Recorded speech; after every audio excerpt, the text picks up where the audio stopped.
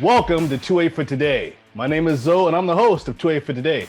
At 2A for Today, we focus on all things Second Amendment, all things that threaten, protect, and violate the Second Amendment God-given right of all Americans. That's the right to keep, carry, and use arms if you need to.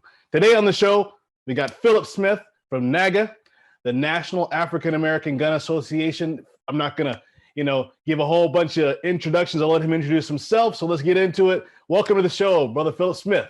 Hey, thanks for having me. I'm excited to be here, man. Thank you. Tell us a little bit about your history. I heard UC Berkeley. I heard that you were, out in Silicon Valley. Tell us a little bit about yourself. Yeah, born and raised, bred and buttered in a little town called Vallejo, California, which is about 30 miles north of Oakland, San Francisco. Attended UC Davis, UC Berkeley, and spent my whole life out there. I'm a California kid, I guess, good or bad. And after college, I worked in Silicon Valley doing HR recruitment as well as consulting. San Francisco. I mean, it's bounced back and forth. San Francisco, San Jose, Silicon Valley. That's how I made my money. I made a lot of money, did really well financially. And but in about 1995, I fell in love. I met this beautiful little chocolate thing out in California, my wife to be. And she had a beautiful smile and said, want to get married, all that good stuff. And make a long story short, got married. And she said, Phil, the first thing, I want to move down to the South. I want to raise our kids in the South. So that's what we did. And in 2002, we moved to the Atlanta, Georgia metro area. Outstanding. Now that's a huge jump in culture between California and Georgia. It is. What was that like? At the first first year was kind of difficult because, you're in a new area trying to get to know folks. But my background really kind of kicked in because I've come from a background which is very accepting diversity. California is a literal melting pot. So coming up, when I met somebody from a different background, the first thing I said is, hey, what do you guys do? That was my mindset. What do you got? What kind of food you eat? What's going on with your culture? So that mindset really helped me out in the South. But the South is very, very different from California. California, for the most part, is an anti-gun state. I know they won't say that publicly, but from my perspective, they try everything that they possibly can to avoid letting you purchase a gun. The cost, the classes. Now they have insurance they're trying to push on you. I mean, it's everything. It's pretty crazy. So when I came to Georgia, it was very refreshing in that everyone had a gun. Not everyone literally, but just about everybody that you ran into. My dentist had a gun. My doctor had a gun. My CPA had a gun. I went to some of my fraternal meetings, and most of my fraternity brothers had guns. They all shoot on the weekend. None of these people are bad guys. They're all hardworking. They have mortgages, kids, good law-abiding citizens. So that socialization that I got in my primary years in California was being challenged because I heard a different perspective. Those gun guys are all crazy. Those gun women are all crazy. They're walking around the street. They're causing havoc. All that kind of stuff was really challenged. And I had to come to the prayer within myself and say, you know what? Let's look at things for what they truly are. And that's what really happened from 2002 when I first came here to 2015. I kept getting really good stories day in and day out from good law-abiding citizens who were gun owners, who were African-American, who were white, who were Latino, who were Asian, but they owned a gun. And finally kind of got to a crescendo. I was working on a really hard contract with a biotech firm out here in Georgia. And two of my coworkers who were also consultants kind of said, hey, Phil, we're going shooting Saturday. And I said, oh man, I'm not going to do that. I'm not a shooter. I really never shot a gun. That's just not my thing. But these guys literally bugged me from Monday, Tuesday, Wednesday, Thursday, and finally on Friday, I said, okay, I'll go. So fast forward the next day, Saturday, I'm at the range, signing my waiver forms. And I ain't gonna lie, though, I had a great time. I had such a great time. I saved up 3 hours. I shot everything. I shot AR, I shot AKA, I shot 357. I thought I was Dirty Harry. Jason Bourne. I was just doing everything. Shoot all sideways. Oh yeah, I took it sideways, and the guy said, "No, Philip, no, don't. You don't shoot like that." The range officer, and I was so tired but so elated. My hand is sore. I'm just pumped up, and I sat there in the middle of the lobby of the range and said, if I can do this with no experience as an African-American male, there's other folks in my community that can do the same thing. So I came back the next week by myself and repeated it, had a better experience. And that's when the light bulb came on. I said, let's put together an organization that speaks to our people culturally, but at the same time acts as a bridge of information that'll take them from being a non-gun owner to a gun owner.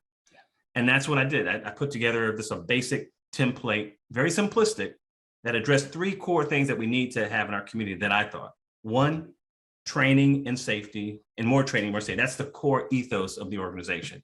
We focus on training. Mm-hmm. Secondly, there's a heavy emphasis on knowing your national and local laws as it applies to your particular state and the national conversation. If you ask a NAAGA member, and just in general, what do you know about national gun laws? They might say, hey, I heard there's a proposal on the red flag laws, or the ghost gun. They'll have a general knowledge, and that's the emphasis. They don't have to be attorneys, but certainly you should know every gun law as it applies to your state and have a general conversation regarding national laws. So those two things we really focus on. But the one thing that has really separated us from any organization in the world is what we call the NMOC. That's the New Members Orientation class. Mm-hmm, mm-hmm. And in that class, we take our members and we give them information on the history of Black arms. We talk about Tuskegee Airmen, the Buffalo Soldiers. We talk about Deacons of Defense. We talk about Harriet Tubman. We talk about Nat Turner. We talk about all those African Americans, famous and not so famous in many cases, that have utilized a firearm for their emancipation and the protection of the country.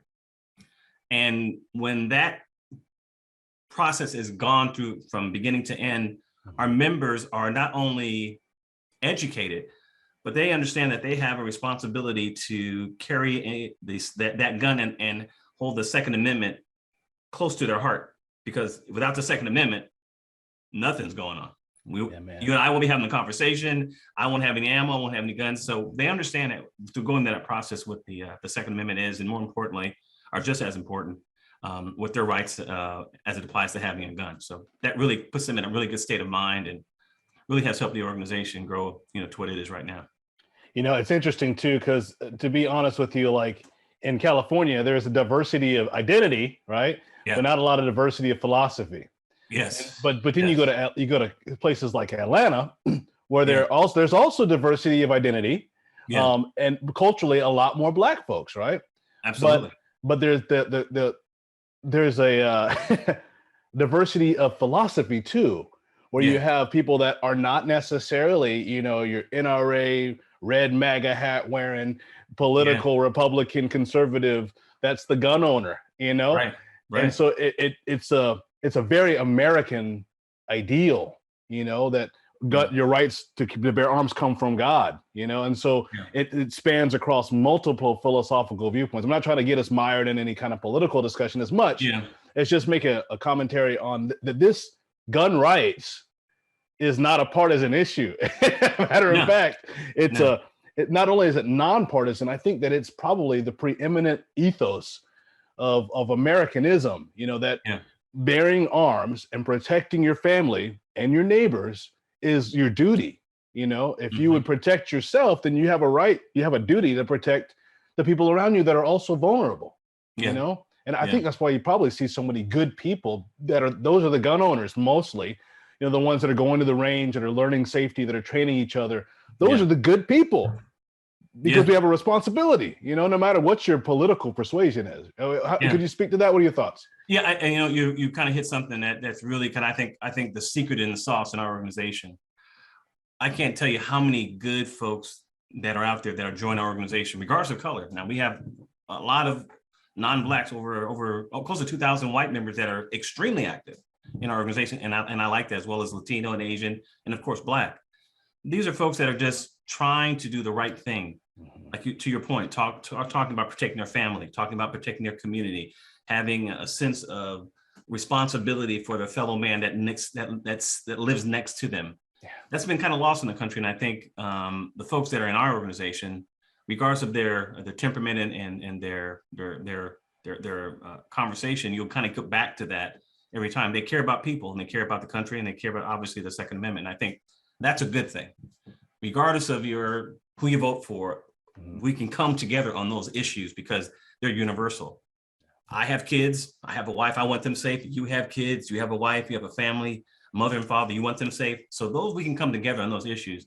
The other stuff on the side, we'll let them play out the way they play out. But those core issues, we can come together with that. And I think that's the reason why so many folks come to NAAGA, because when you come to NAAGA, two things are going to happen. We're going to give you a high five. We're going to give you a big hug. And we're going to say, welcome, brother, welcome, sister, regardless of your color, regardless of who you vote for, regardless of your sexual orientation. We're going to give you a hug. You're going to feel comfortable. And what I've heard time and time, literally thousands at this point, Philip, I just love your organization because I can be myself. Yeah. I can vote for Biden. I can vote for Trump. I can vote for whomever, Obama, and I'm still respected. Now, if you want to have a conversation, it might be a heated conversation, but we're a big boy tent organization. Everybody's welcome. And I think that's the reason why people gravitate toward us and say, you know what, I feel comfortable in that seat over there with those guys, because they're not judging me. They're helping me. They're being my brother. They're being my sister, literally. And I think that's a lost cause in some places in the country right now. Yeah. There are, I call it the economics of hate. There are people that are fully invested in that politic, Yeah. And so sometimes that conversation can't be had in some company, but I love that you have created a environment, an association where people very much like even the founders would have been in this day and age, yes, that are still fighting for liberty. And that is the blessings of liberty, not just for themselves, but also for their children.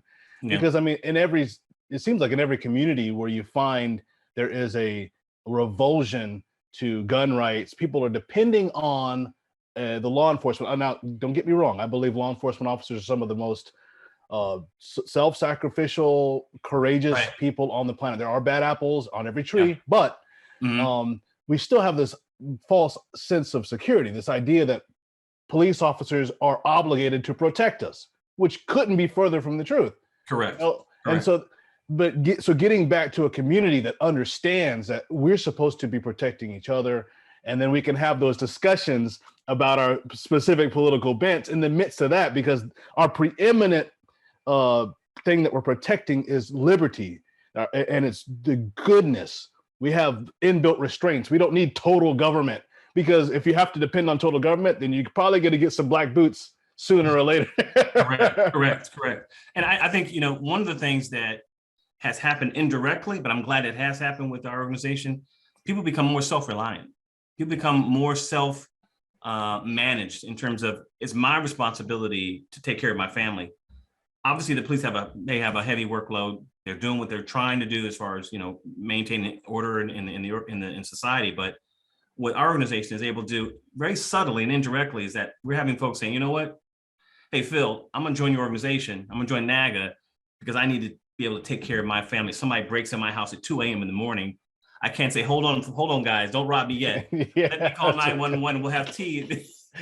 We can't say that. You have to take care of that issue right then and there. It doesn't guarantee anything, obviously, but at least you have a fighting chance if someone breaks in your house trying to kill you or rape your kids, your wife, and things of that nature. That's right. I mean, when you got 7 seconds, they need 7 minutes to get to you. Yeah. And so it's a lose proposition. Yeah. I here recently, I've been trying to put forth the notion that it's not even just gun safety training that we need. We need some tactical training. We need to know how to transition, how to clear jams, what not to aim at, Yes. what's behind what you're aiming at, we can talk about that for a long time too. Oh my God. Yeah. So I'm so thankful for your organization. I hope that you continue to prosper, continue to have, more of what you guys are bringing to America. I think what you're bringing to America is needed. So thank you. Yeah, thank you, man. We've been blessed. We have an incredible group of folks that are behind me. I have a staff, regional directors, all that stuff, but we all focus on the main goal, and that is to help our fellow man to be able to protect themselves. I would like to say one thing before we get off the air, before I forget, I'll get slapped in the head by my team. We have a new magazine out called Caliber. It has been incredibly well received at SHOT Show. It's called Caliber, and I have the picture of it right here. It has been fantastic. I encourage all of your listeners and readers to get the magazine. It is new content, very good content, and it allows you to see Black folks in a very positive light when it comes to the Second Amendment. So that's outstanding. Thank you for sharing that. We'll make sure that we cut in some high quality images of that too. You just send them to us. Okay, So, sure. I'll definitely do that. Thank you. yeah. So thanks for being on the show today. I'm gonna go ahead and close the show. Thank you guys for being with us again at 2A for Today. And that concludes our program. But again, in the coming weeks and months, 2A for Today is going to be talking with experts, scholars, trainers, all forms of gun right activists and Second Amendment proponents, to discuss the many things that we all share as far as gun rights is concerned, and to fight against the poison that's coming down from DC and sometimes within the states. So again, thank you for joining us on 2A for Today. That was brought to you by the New American Magazine. Make sure you also pick up your copy of Trump World, because obviously our brother Bill Jasper put this together. It's pretty amazing. I'm in the middle of it too. If you can find me, you got 60 seconds to find me. If you can't find me, then you're dead. Anyway, just thank you for joining the program for today. I really appreciate you guys sticking with us. If you got any questions or comments, put them in the comments section below, and I'll get to them as soon as I can, as fast as I can in the coming weeks and months. So thank you guys for watching. To Wait for Today.